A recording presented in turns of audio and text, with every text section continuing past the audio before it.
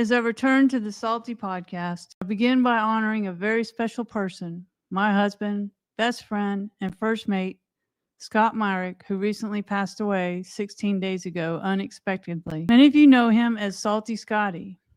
I have proclaimed him Salty Scotty after he made his first Gulf crossing with me.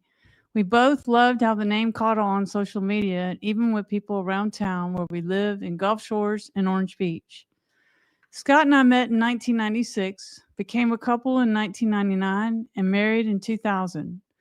We spent 25 years building a life together, including creating a home life in Gulf Shores, a successful real estate team with Remax of Orange Beach, traveling to many exotic places, and sailing, and much more.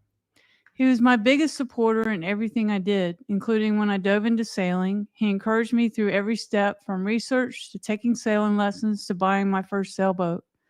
While he didn't always join me on the water, he was always there behind the scenes, cheering me on, constantly checking on me, tracking me, and holding down the fort here with our 4 babies, our cats.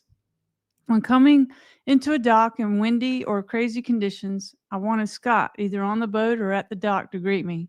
He could always keep the boat off the dock while I tied up. Restarting the podcast after such a loss felt very uncertain, but I was encouraged by my spiritual mentor and friend, Mary, to go forward, especially since the podcast was another thing Scott proudly supported me in. Tonight's guests are incredibly fitting for this moment. Scott admired Hayden and Ray Dean of sailing vessel Island Spirit, and when any issue came up, his advice was often, ask Hayden and Ray Dean. Having them here tonight is a great comfort to me. They were already scheduled to discuss their 3-month provisioning plan for the Bahamas, which worked out perfectly. Let's welcome them now, Hayden and Ray Dean.